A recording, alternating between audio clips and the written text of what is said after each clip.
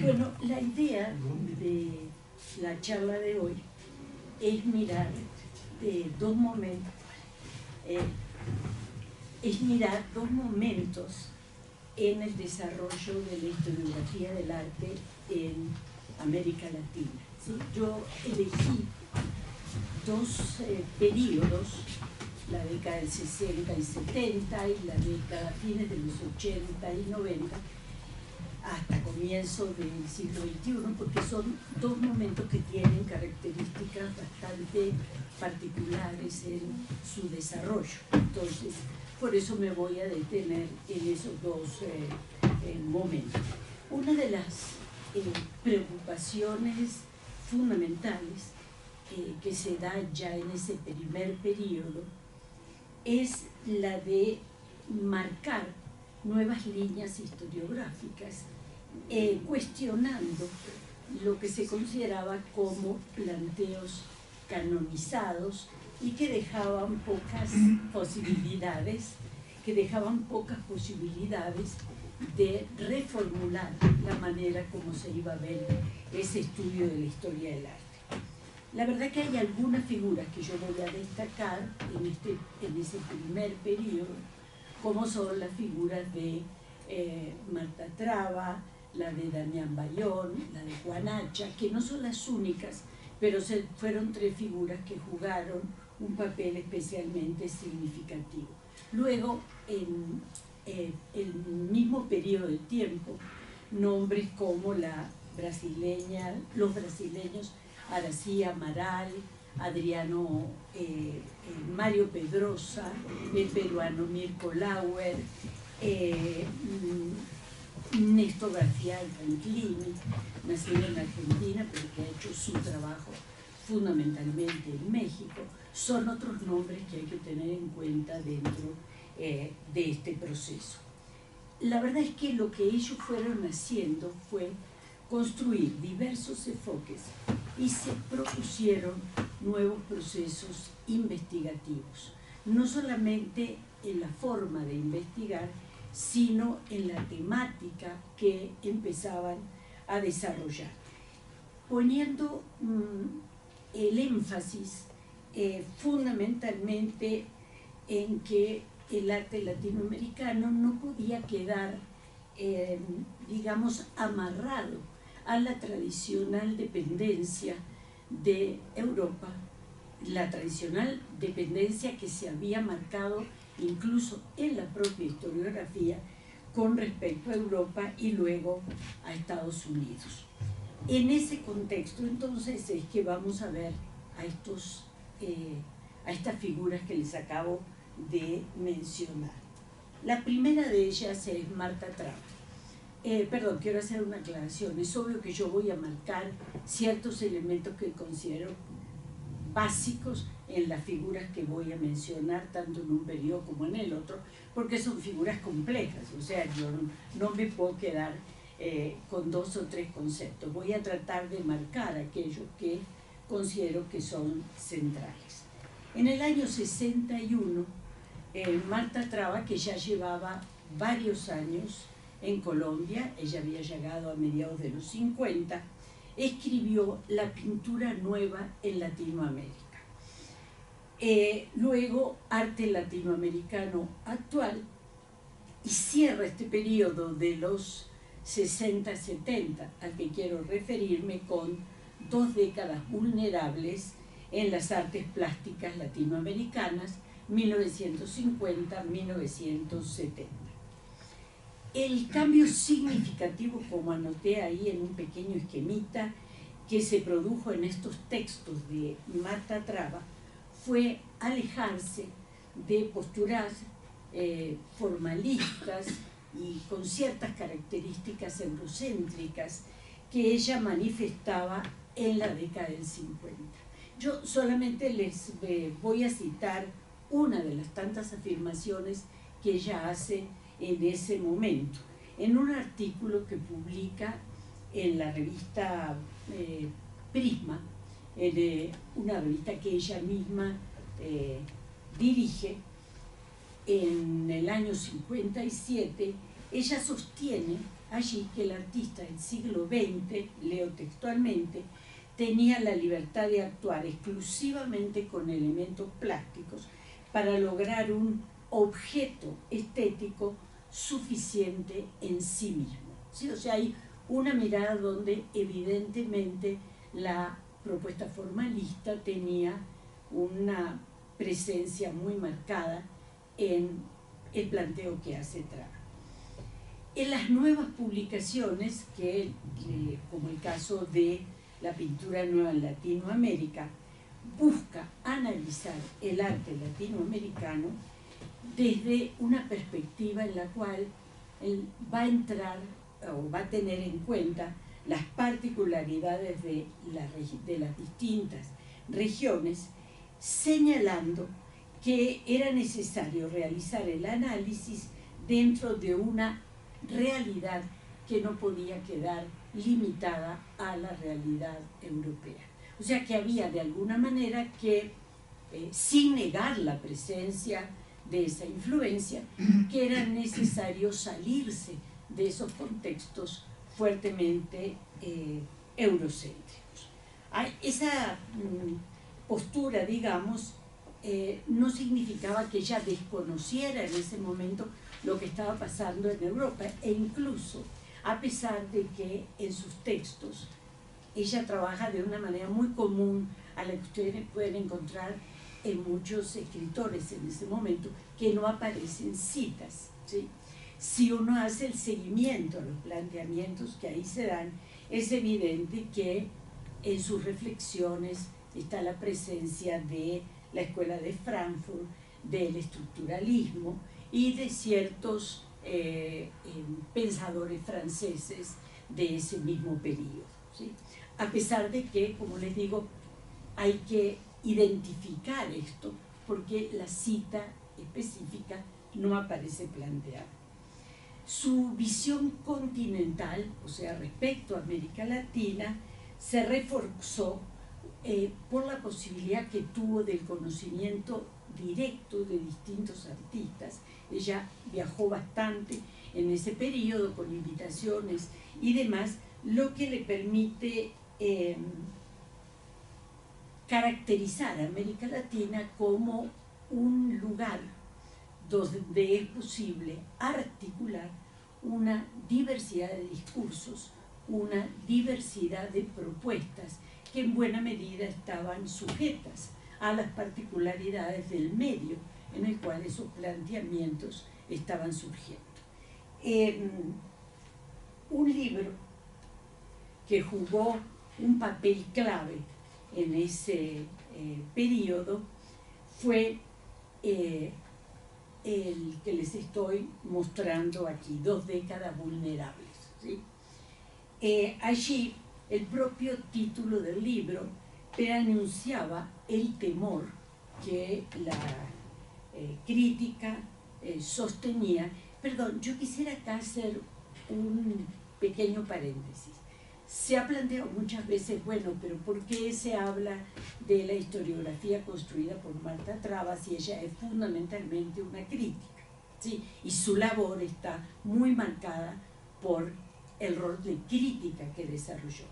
Sin embargo, si nosotros pensamos en el caso colombiano, ella construye una propuesta historiográfica que pesó enormemente en Colombia, ¿sí?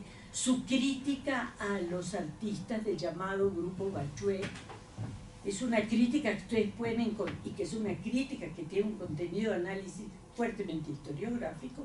Ustedes la pueden encontrar todavía en publicaciones de los 90, ¿sí?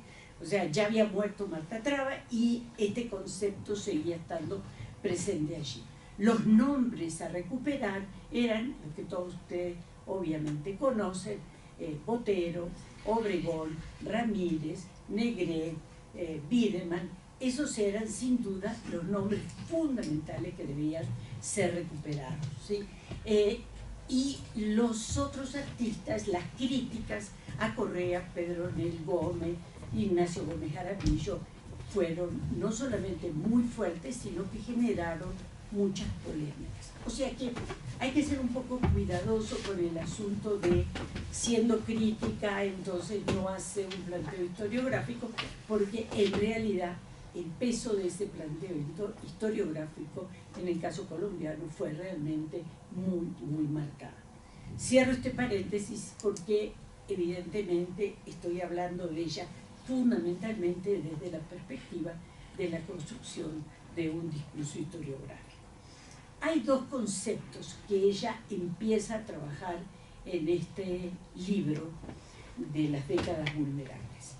El concepto de autenticidad y el concepto de resistencia. Son los dos conceptos centrales que ella va a trabajar allí.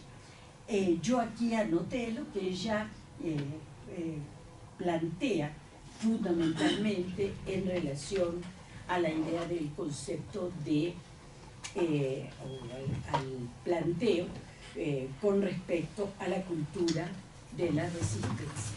Pero quisiera primero señalar un concepto por el cual ella empieza prácticamente esta publicación.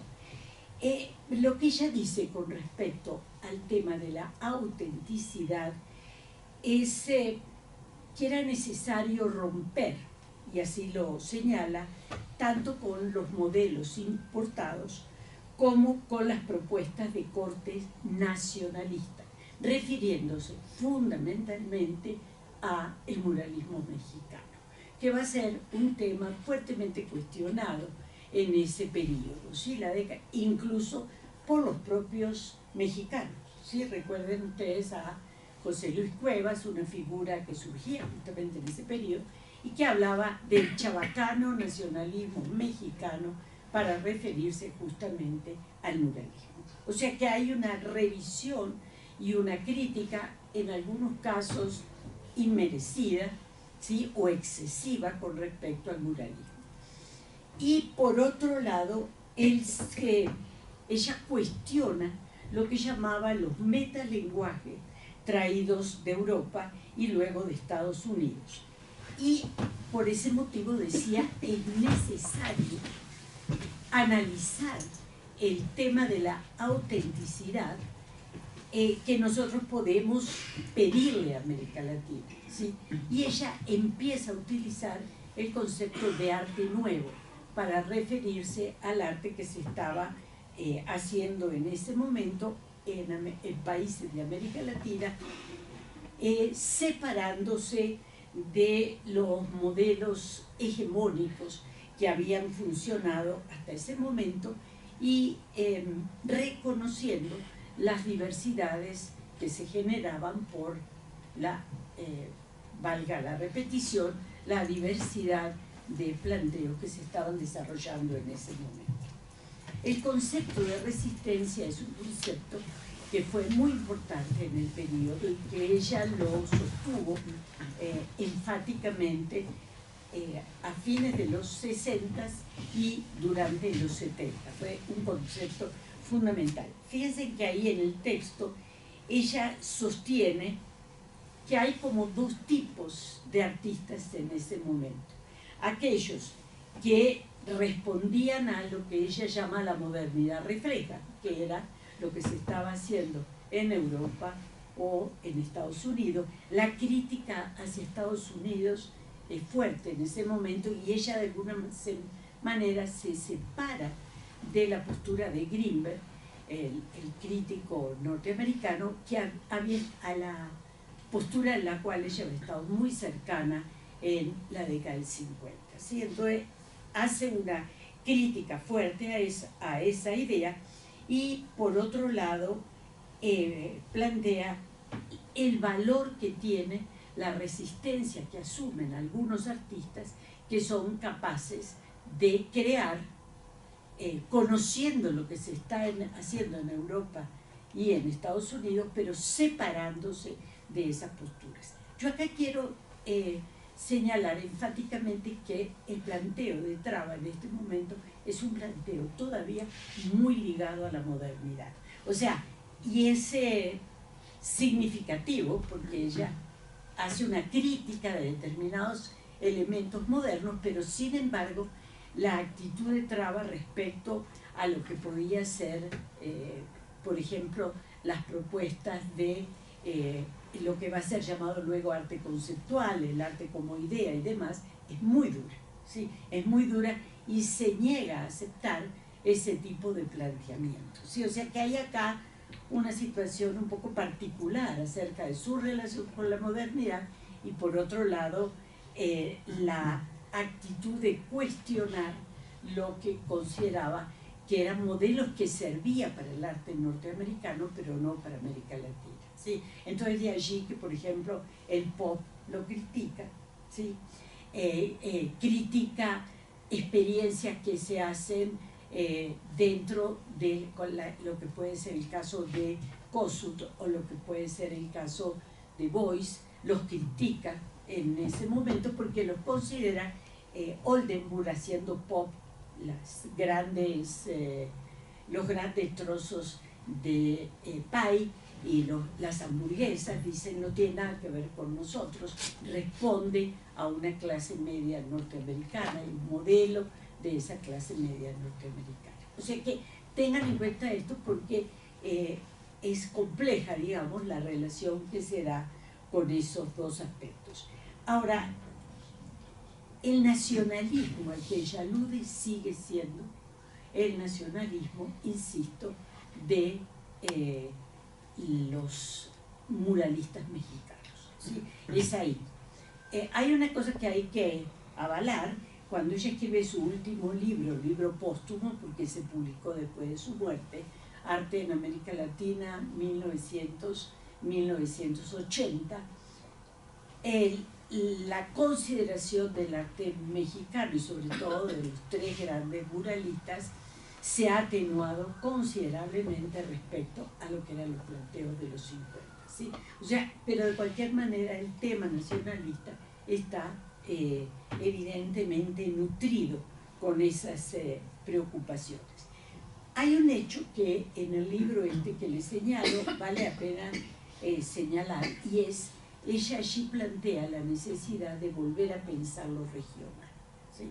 Que era necesario volver a pensar lo regional como instrumento para poder construir un concepto de identidad, y que ese concepto de identidad no se podía manejar como un concepto de identidad común a toda América Latina, porque había diferencias sensibles entre unos y otros de los espacios que la constituían. Y el contexto continental debía necesariamente reconocer la diversidad, ¿sí? La noción de lo regional es otra noción que aparece muy fuertemente en el libro, ¿sí? La ponía en tela de juicio, sobre todo, la alardeada universalidad de la modernidad, ¿sí? Acá sí ella choca con ese concepto, ¿sí? La modernidad como un elemento que, apoyando el progreso, iba todo el tiempo hacia adelante y generaba unos modelos que eran universalizados. Entonces ella dice, ahí es donde hay un elemento de eurocentrismo fuertemente planteado, porque lo que se maneja es la noción de arte internacional. Entonces, ¿quiénes valían? Los que estaban o los que entraban dentro de ese concepto de arte internacional. Damián Bayón, después con todo gusto las preguntas que haya, ¿no? Yo les planteo y después conversamos. Damián Bayón es otro de los autores que comparte con Traba la mirada continental. Formado en la línea francasteliana, ¿sí? Y en la Escuela Francesa de Anales, publicó en el año 74 este libro que es Aventura Plástica en Hispanoamérica. Él no incluye Brasil, ¿sí? Dice, eso es otra, además lo dice así, eso es otra cosa. No explica por qué es otra cosa, lo cual es muy cuestionable, pero el hecho concreto es que Brasil no entra dentro del libro. La verdad es que es un libro particular porque el libro está enfocado a manera de sucesivos viajes por el continente, donde con un tono descriptivo y narrativo define cuáles van a ser las características de su análisis. Esto que yo les pongo aquí está en el prólogo, que él lo escribe titulando a manera de prólogo para curarme en salud, ¿sí? Porque él ahí dice cómo es que va a trabajar.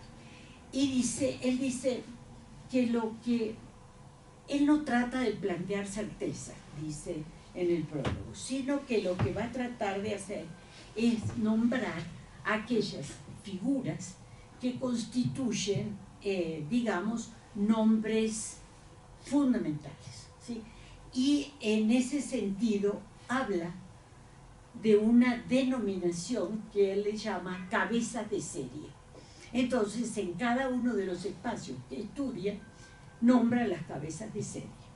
En el caso de Colombia, que ustedes lo tienen bien presente, entonces cita a Obregón, a Ramírez, a Negret. Hay coincidencia con los nombres de Marta Traba en los nombres que él cita como cabeza de serie.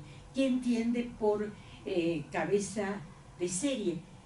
Figuras que juegan un rol protagónico, ¿sí? Y que en ese momento tienen un rol protagónico.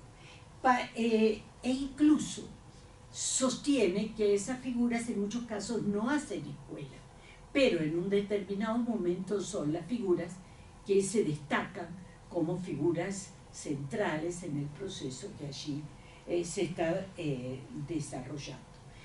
Él hace un planteo, en fin, que es bastante discutible, pero es central acá en el libro, y él dice que hay dos polos a lo largo de ese periodo que le está mirando en el arte latinoamericano. Y esos dos polos los ubican por el rol que jugaron México y el Río de la Plata, ¿sí? Él dice, esos son los dos polos en el desarrollo del arte latinoamericano en ese periodo.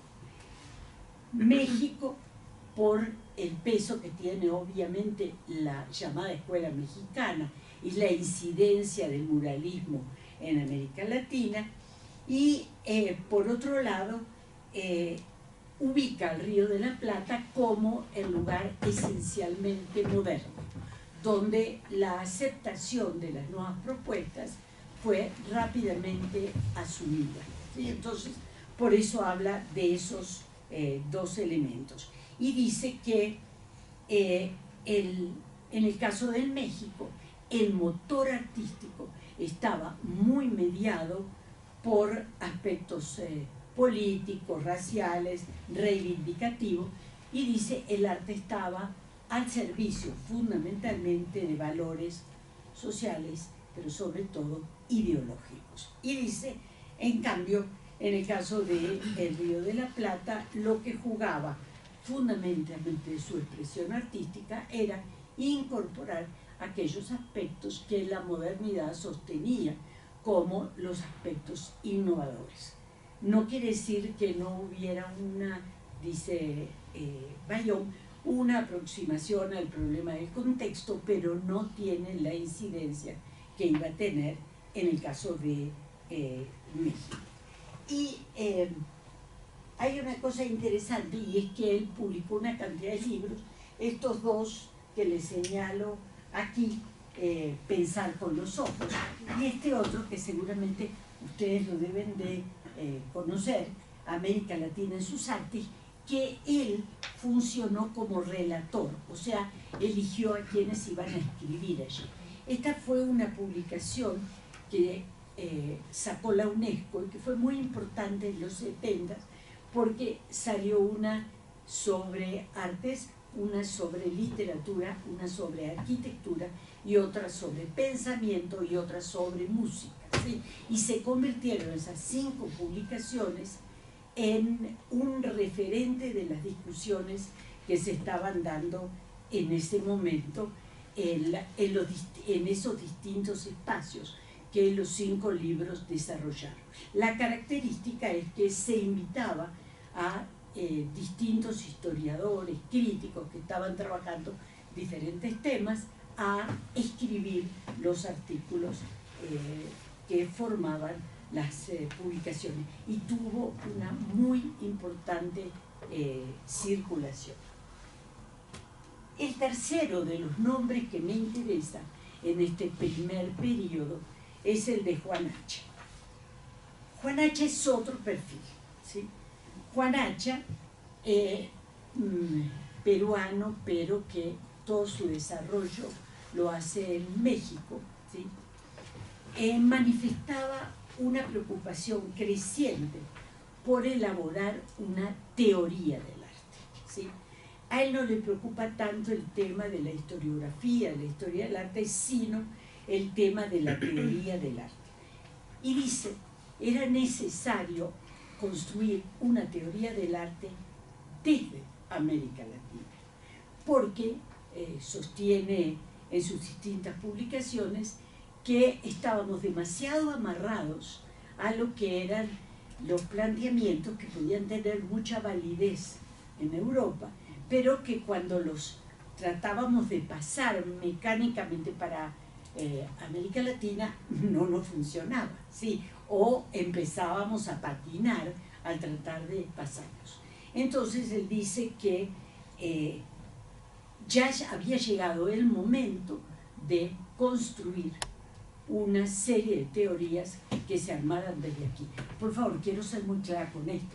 No era que el planteo fuera ombliguista, ¿no? Es decir, tenemos que mirarnos el ombligo y no importa lo que se está haciendo en otro lado, sino hay que analizar la capacidad que esas teorías tienen para ser aplicadas en un medio diferente al medio que las generó.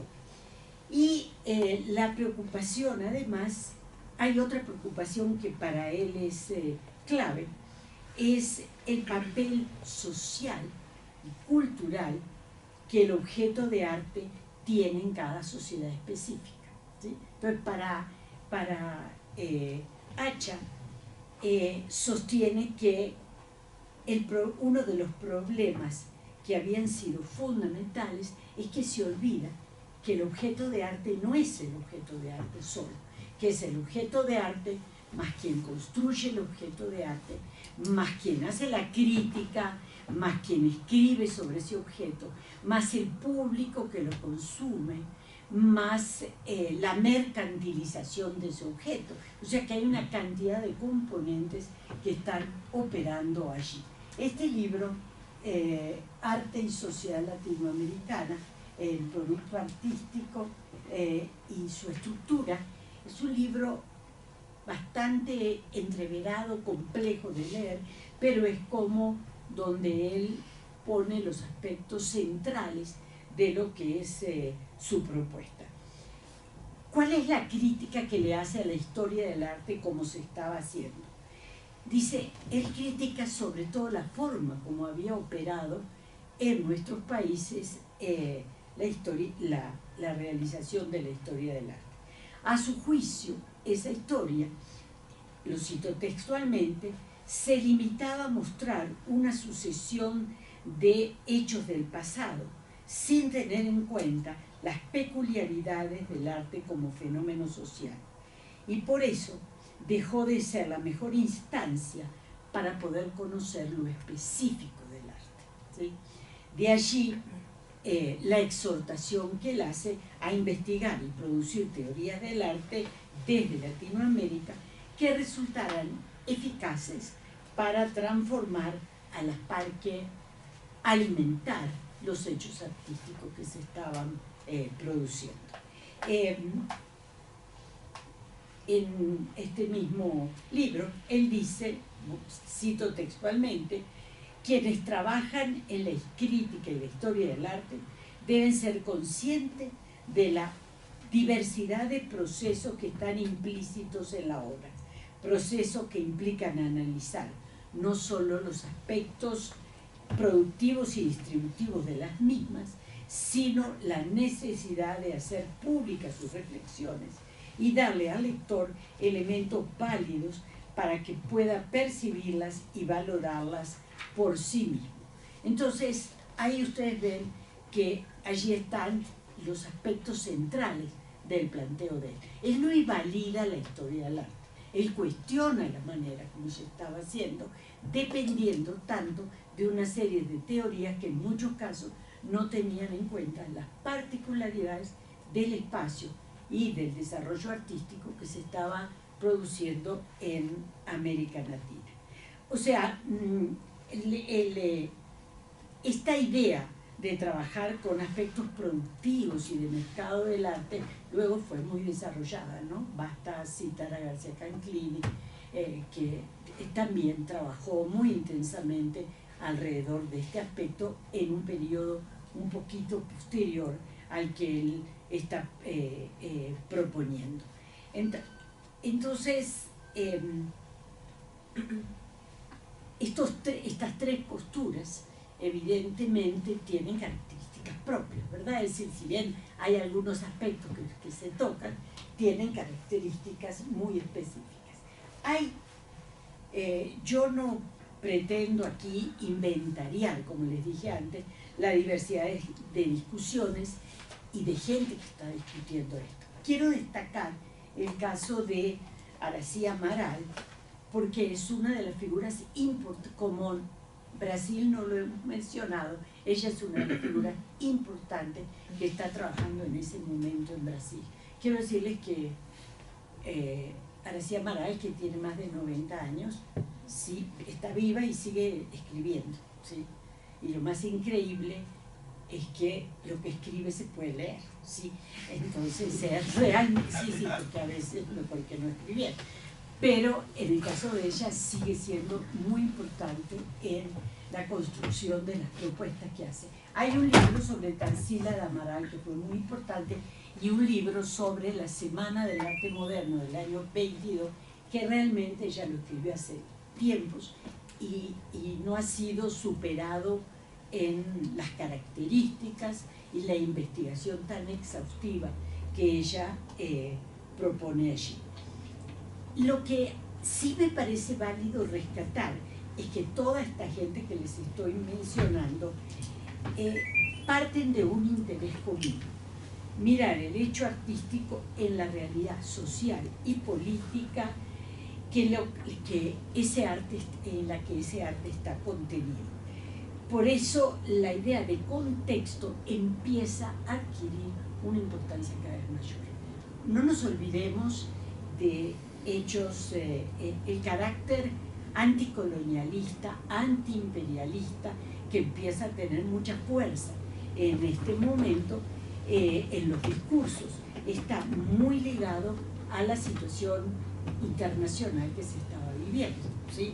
O sea, el triunfo de la Revolución Cubana y toda su incidencia en América Latina, la guerra de Vietnam, el mayo del 68, todo esto se había producido en este periodo de fines de los 50 y décadas de los 60, ¿verdad? O sea que evidentemente, y con el hecho de que todo esto termina, ¿sí?, en los fines de los 60 y en los 70, con las dictaduras militares en varios países latinoamericanos, ¿verdad? Piensen ustedes el caso de Brasil, de Chile, Argentina, Uruguay, ¿sí?, que con la doctrina de seguridad nacional de los 70 ganó mucho impulso y la posibilidad de este tipo de dictaduras.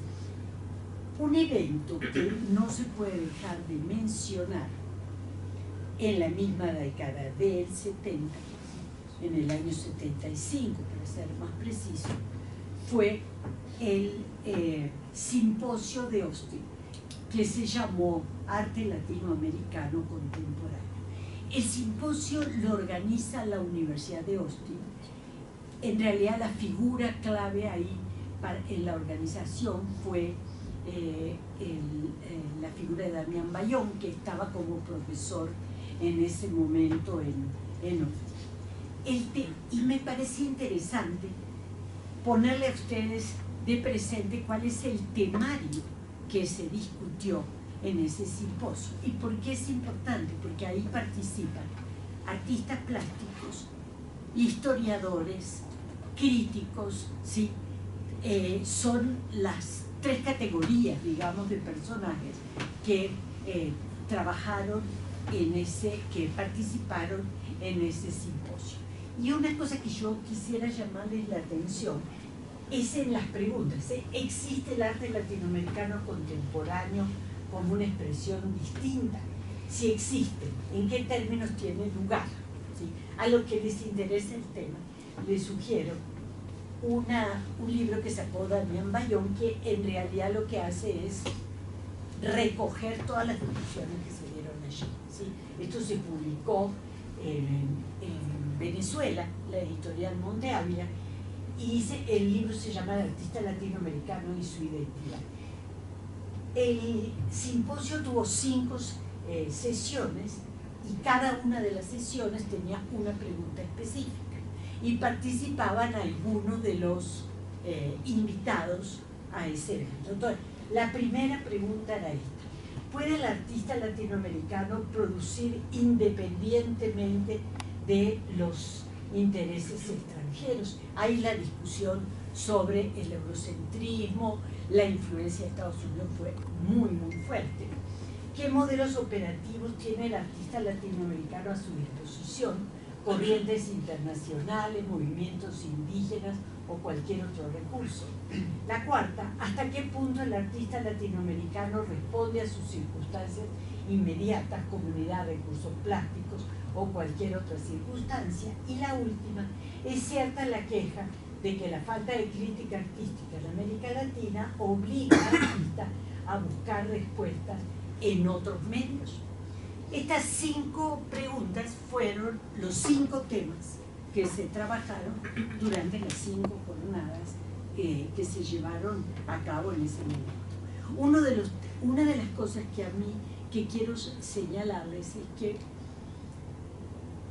en la década del 20, en la revista de Avance, una revista muy cubana, muy importante, en la revista de Avance, en los años que duró la revista, se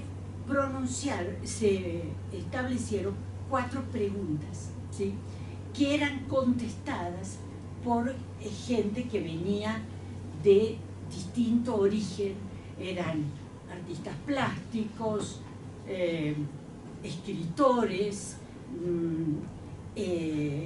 intelectuales de diferente perfil en diferentes partes de América Latina. Y en cada número las preguntas eran las mismas y se iba publicando. Quienes conozcan la revista, como el caso Aurelio, recordará que hay bastante similitud en las preguntas que se hacían en el 27 con estas preguntas que se hacen en el 75. No estoy diciendo que sean idénticas, pero en el fondo hay una preocupación muy similar en esa pregunta de los 20 con estas preguntas del año 75 en el simposio de Austin. Los debates que se realizaron allí pusieron de manifiesto los conceptos arraigados que empezaban a entrar en crisis. Se planteó una especial preocupación por concebir el arte de nuestros países en toda su complejidad, evitando las generalizaciones estereotipadas. Y en un proceso de largo aliento se dieron pasos progresivos al cuestionamiento de la herencia de la segunda posguerra, que asociaba modernidad con homogeneidad, ¿sí? Desde la perspectiva latinoamericana, en este evento se discutió la noción de lenguaje artístico internacional, frenándose posturas colonialistas y proponiendo una autonomía cultural que permitía la creación de un arte alejado tanto de falsas internacionalizaciones como de peligroso chauvinismo. Esto que les estoy diciendo es una apretadísima síntesis de algunos de los puntos que fueron discutidos a partir de esas preguntas. Otro tema que surge acá a raíz de las discusiones y al final de la década del 70 va a estar muy presente, es la preocupación por reformular el concepto de identidad, ¿sí? O sea, hay una cosa muy interesante, y es que el concepto de identidad recorre nuestra realidad histórica, queramos o no queramos, ¿sí? O sea, se puede decir, no, pero se puede estar mirando desde otras perspectivas, sí, pero el concepto está ahí presente. Y en este periodo fue muy fuerte eso.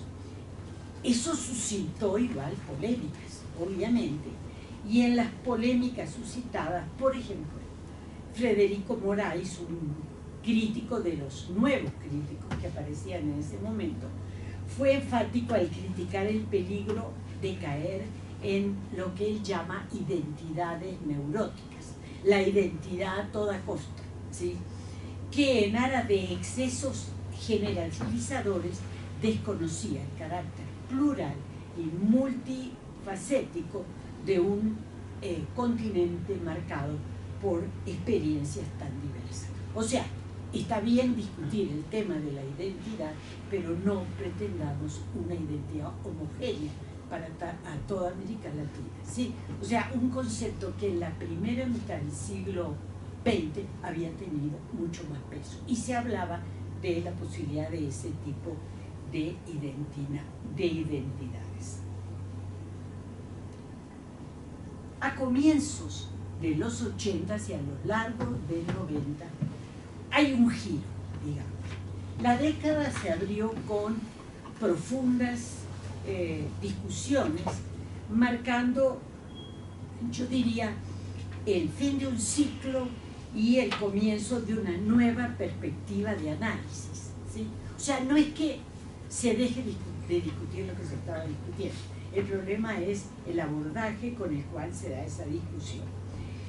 La crítica a la modernidad y al sentido homogéneo y hegemónico ocupó un papel destacado, muy fuerte y muy discutido en ese momento. Hay una cantidad de nombres que podríamos citar. Aquí estoy citando a Gerardo Mosquera, Mari Carmen Ramírez, puertorriqueña, residente en Estados Unidos, Andrea Yunta, argentina, Rita Eder, mexicana, ¿sí? Quienes empiezan a construir otro tipo de propuesta con respecto a la discusión que se da en ese momento. Son varias las cosas que empiezan a discutir en este periodo. Una, la pretendida validez del tiempo histórico definidas desde Europa, porque en muchos casos se trabajaba diciendo, tomando elementos como si fueran paralelos, ¿sí? Entonces en Europa estaba pasando tal cosa, ¿sí? Entonces en América Latina estaba pasando eso. No, mire lo que estaban haciendo, estaban pintando ahí unos paisajitos que no tenían nada que ver, pero resulta que se está pretendiendo hacer un cruce que no es válido en la medida en que respondía a momentos culturales diferentes, ¿sí? Y no se podía seguir planteando esa supuesta dualidad de circunstancias que evidentemente no se daban. Hay una crítica a la historia basada en un tiempo lineal evolutivo, porque de alguna manera no dejaba de ser una construcción historiográfica, y no era la única, porque resulta una de las cosas que se empezaba a plantear es que vivimos en territorios donde en muchos casos hay temporalidades diferentes actuando en el mismo momento. Entonces, si pretendemos establecer una sola línea, corremos el riesgo de dejar por fuera a una cantidad de poblaciones que tienen otra noción dentro de ese concepto de temporalidad y de sus propias propuestas artísticas, ¿sí? Tradicionalmente, la historia del arte latinoamericano había sido construida a partir de un marcado apego a un tipo de cronología y sin desconocer, cuidado con esto, ¿no? Sin desconocer la significación de la continuidad histórica, se comenzó a plantear que su existencia era compleja, nunca exclusivamente lineal, y que por lo tanto permitía lectura desde perspectivas diversas. Uno de los aspectos que en estos historiadores y en otros de este mismo periodo alcanza una significación especialmente fuerte es la reformulación de los análisis historiográficos asumía que el yo latinoamericano resultaba de una compleja heterogeneidad de tiempos simultáneos, ¿sí? Entonces, ¿cómo voy a manejar yo el manejo de esas temporalidades? El tipo de colonización vivida, el exterminio y sometimiento de los indígenas, el traslado masivo de población de otros continentes, pensando no solo en la africana, sino en la propia colonización y migración europea, le daba a América Latina una estructura particular y diversa a la de otros espacios.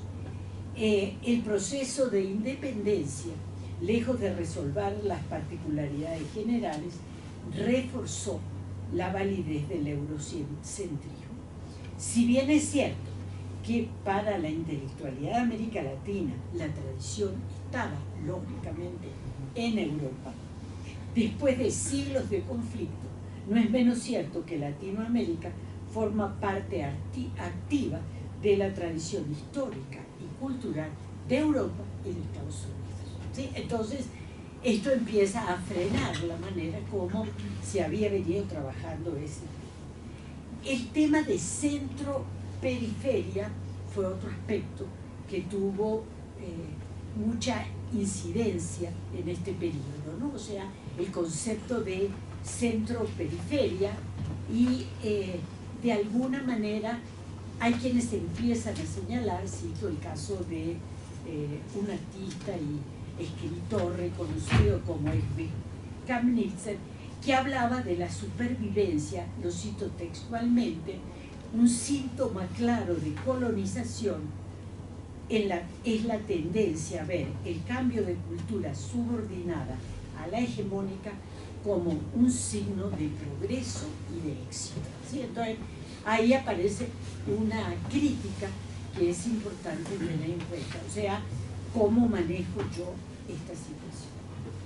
A mí me interesaría, para redondear esto que estamos viendo, detenerme en una serie de exposiciones que se dieron en los 90, fines de los 80 y 90, porque permite entender más claramente cuáles son las discusiones que en ese periodo se estaban dando. La primera que quisiera señalar es la que se hizo en Londres en el 89-90, porque esto estuvo itinerando, que la organiza Dawn Hades, una exposición. Ella es una profesora de la Universidad de Essex, especializada en surrealismo, ¿sí? Vivió en México además, y en esta exposición se produjo un catálogo. Esta es la portada del catálogo, que circuló mucho.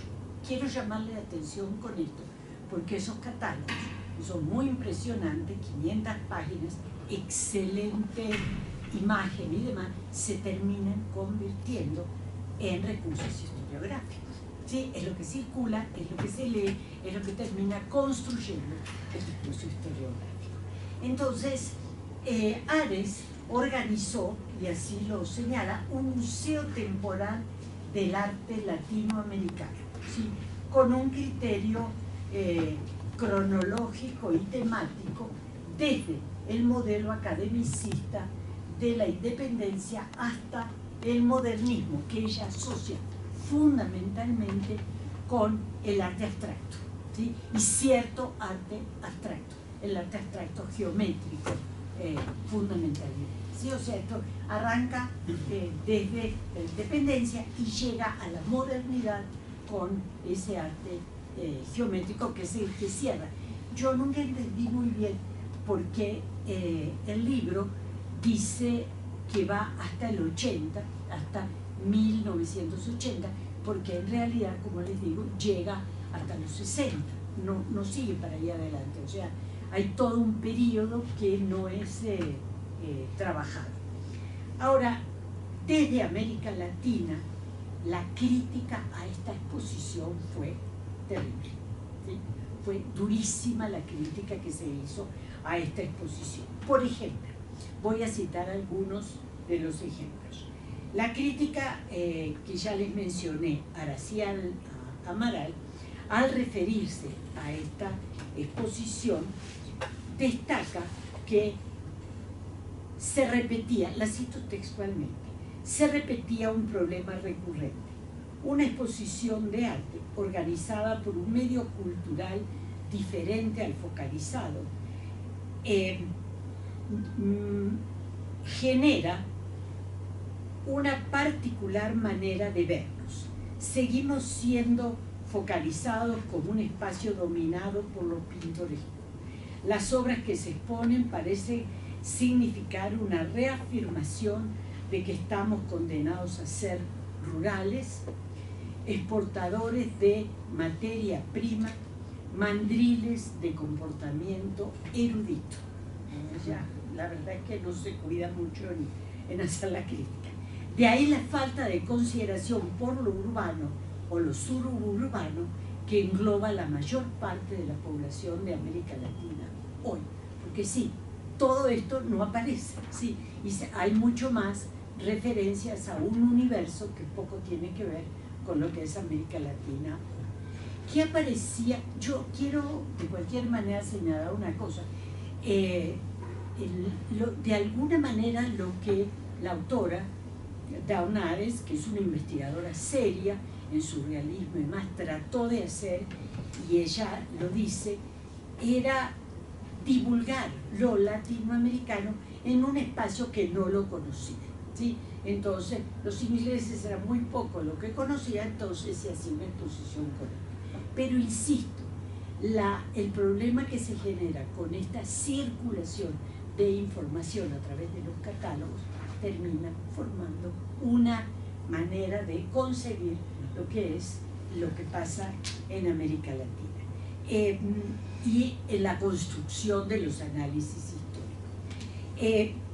Uno siente leyendo el libro que hay una simplificación del discurso histórico en la medida que se ubica fuera del ámbito de las particularidades del lugar en que esos hechos se producen, reforzando la historiografía tradicional del arte latinoamericano. Aquí el concepto de unidad del arte latinoamericano aparece.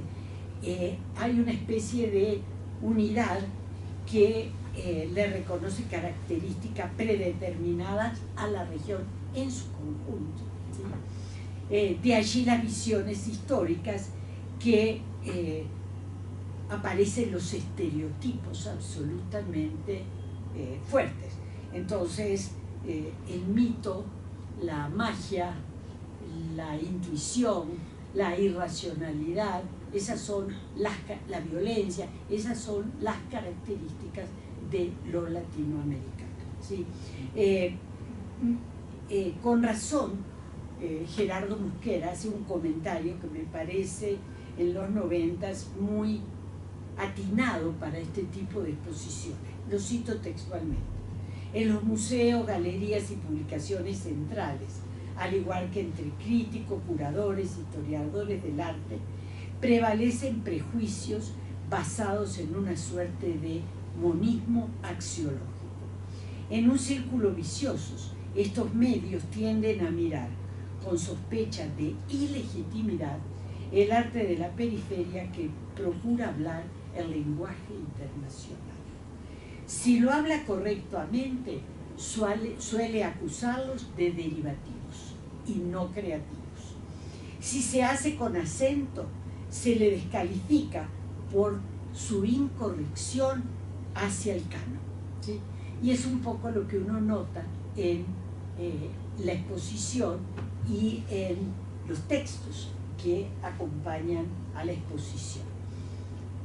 En los 90, a raíz del famoso viaje de Colón, los 500 años, la proliferación de exposiciones hechas en Europa y en Estados Unidos sobre arte latinoamericano fue impresionante.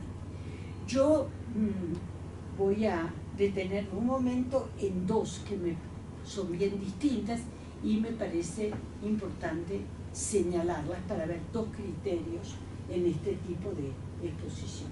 La primera se hizo en Bogotá, Antiamérica, ¿sí?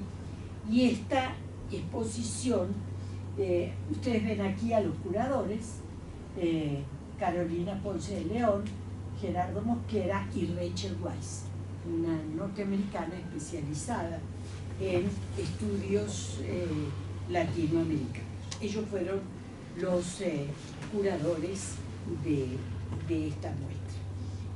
Y una de las preocupaciones fundamentales que apareció allí como idea central fue ver el arte de América desde él mismo y desde el sur e intentar difundirlo en su complejidad, evitando las generalizaciones estereotipadas, las otrizaciones de un nuevo exotismo y la satisfacción de expectativas clichés. Esto dice en una parte del catálogo de Antiamérica. América era asumida en esta exposición como un mundo en el que coexisten tiempos y espacios muy diversos. De allí que los 27 artistas seleccionados fueron escogidos no para tener en cuenta una representación balanceada por países, sino que la selección abarcaba artistas de regambres culturales tan diversas como caribeños, afroamericanos, comunidades de inmigrantes latinos en Estados Unidos. ¿Sí? O sea que hay todo un juego que de alguna manera trata de recoger la diversidad que se da. De ahí que yo les ponga esto que aparece en el catálogo, como la integración solo puede ser erigida dialógicamente sobre el respeto a la diferencia, la falsa conciencia que tienen nuestras naciones como supuestamente integradas, no hace más que dificultar, por paradoja, un proceso de integración real que no ha tenido lugar, ni siquiera dentro de muchos de nuestros propios países. Esta exposición fue realmente importante, se hizo en Bogotá, en la Luis Ángel Arango, no itineró, no fue posible itinerarla, o sea, solamente se mostró acá. La gran exposición fue la de artistas latinoamericanos del siglo XX. Yo seleccioné, porque me parece interesante tener en cuenta, una entrevista que se le hizo a Waldo Rasmussen. Waldo Rasmussen era uno de los curadores del MoMA. Y desde Sevilla se le pidió al MoMA que hiciera la exposición con la cual se iba a comentar, iba a comenzar los festejos de los 500 años del viaje de Colón a América. ¿Sí? Eso ya generó mucha molestia a nivel de América Latina, porque ¿por qué razón el MoMA? ¿Por qué razón un curador? ¿Por qué Sevilla hace esto? La cosa era bastante sencilla. Yo creo que lo que pensaron fue, bueno, ahí tienen artistas latinoamericanos, con los que tienen se puede armar una exposición y es menos compleja que en otros lados. Donde esta exposición tuvo, este es el catálogo de Sevilla, pero esta exposición itineró por el Pompidou, otro catálogo, porque en cada sitio donde itineraba, se cambiaban algunas obras con las obras que tenían ellos, obviamente para abaratar costos, ¿verdad? No se traían las mismas de Sevilla, sí el mismo artista, pero las obras que ellos pedían. La otra en Colonia, en Alemania, y la que termina en el 93 en el MoMA de Nueva York. ¿Sí? O sea, esas fueron las 4 exposiciones. No vino a América Latina, no circuló la exposición por ningún país de América Latina. Leer la respuesta, esta entrevista a Rasmussen dio bastante trabajo hacerla, logramos hacerla para Nexus, ¿sí? Porque el señor no respondía a entrevistas. Pero para mí, la respuesta que él da a esta pregunta, que le hacen qué es lo que se propone mostrar con la exposición, es antológica, ¿sí? Porque el señor, fíjense ustedes que dice, ofrecer una evidencia visual de que las obras de los artistas latinoamericanos merecen ser exhibidas, ¿sí? El solo uso de la palabra merecen es inconcebible, ¿verdad? Que además un curador del MoMA plantea eso. Y no solamente exhibidas, sino coleccionadas, por eso el MoMA la tiene. Suministrar algo del contexto y desarrollo de las mismas, como sucede con la colección del Museo de Arte Moderno de Nueva York. Uno de los objetivos es que se vincule la parte neoyorquina de la exposición con la colección latinoamericana del museo y mostrarla en otro contexto. O sea, es muy sincero, ¿verdad? La colección del MoMA mostrémosla en otros contextos. Pienso, por ejemplo, que las obras de Diego Rivera deben ser expuestas en términos del cubismo. Recuerden ustedes que el trabajo cubista de Rivera fue exclusivamente el trabajo que hizo viviendo en Europa. Cuando él llega a México, ¿sí? Él tiene un artículo muy importante en el cual él reivindica el cubismo, dice, es de los movimientos más importantes que se hicieron, pero tiene un problema. Lo único que le interesaba era el aspecto formal, ¿sí? Y claro, él metido en el muralismo cuestiona que solo importara el aspecto formal en el cubismo. O sea que era muy difícil mostrar el cubismo porque no es lo que Rivera va a estar haciendo a posteriori. No en una galería mexicana. Que las de Torres García deben mostrarse en la línea del constructivismo y no el plasticismo al lado de Mondrian, ¿sí? No se les ocurra mostrarle a Montevideo que tiene que ver si él está metido en esto, ¿sí? A mí me parece que esta parte, que bueno, se podrán imaginar después que salió esto, lo que fueron todos los comentarios que vinieron por parte de los historiadores y los críticos a nivel de América Latina. Las críticas llovieron y las reacciones, digamos, apareció desde Sevilla, pero la cosa se hizo mucho más fuerte cuando aparecieron este tipo de planteamientos. Por ejemplo, le cito, Álvaro Medina dice, el intento simplificador lo que hace es abarcar mucho y apretar poco. Los detalles se pierden, las relaciones de causalidad entre generaciones y países apenas existen y cada manifestación, como el maná, parece caída del cielo y no el fruto del árbol que crece en el lago. Esto, Álvaro Medina estuvo muy calmado, porque hay una cantidad de comentarios que fueron muy fuertes de las críticas que se hicieron a este planteo. Ahora, si yo tratara un poco de resumir los diversos puntos de vista expresados ante la muestra, demarcaban una línea de análisis crítico que enfatizaban el peligro de una tendencia supuestamente cosmopolita construida sobre bases eurocéntricas. Tanto el criterio curatorial como el texto central generaba una historia escrita como suma de fragmentos, que se tejía a partir del relato macro del arte moderno internacional. Relato omnipresente, aunque no ayudara a articular la forma como los procesos que se daban en América Latina operaban en él. Parecía que el reconocimiento de la pluralidad del arte latinoamericano no permitía siquiera la articulación de un discurso más vinculante. Entonces, el problema incluso fue mayor porque el curador dividió la exposición en dos momentos. El primer momento era 1920 hasta comienzos de los 60, ¿sí? Donde puso a los nombres conocidos, ¿sí?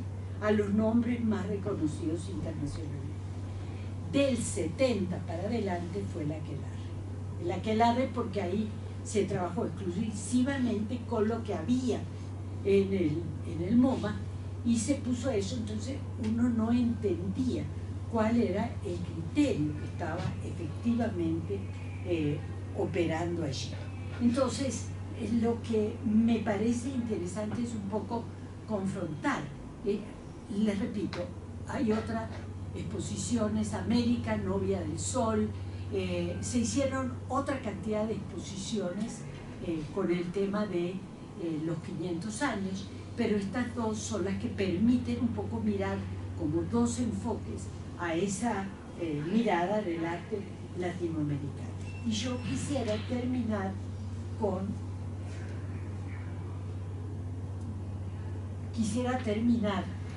esta especie de punteo de cosas que han acontecido en los últimos, digamos, a comienzos del siglo XX.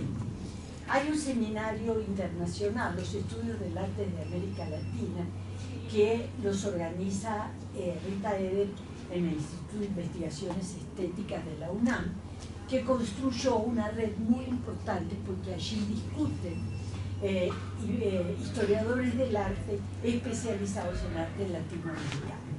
Se convocan para reflexionar sobre esa necesidad de la construcción del nuevo discurso historiográfico de y en la región, ¿sí? Se han realizado en Oaxaca, en Querétaro, en Veracruz, en Buenos Aires, Salvador de Bahía, y hay un corpus de textos realmente muy significativo. Ganó consenso la inexistencia de una imagen estable, homogénea y esencialista del arte de la región. Surgen interrogantes como ¿podemos seguir hablando arte latinoamericano? ¿De qué hablamos cuando decimos arte latinoamericano? Los debates acerca de su definición animan a sostener en principio que el arte latinoamericano o el arte en América Latina, o el arte de América Latina, que es más lo que se utiliza actualmente, es una noción que excede lo continental para plantear conexiones con lo nacional, lo regional, lo internacional e incluso con lo global.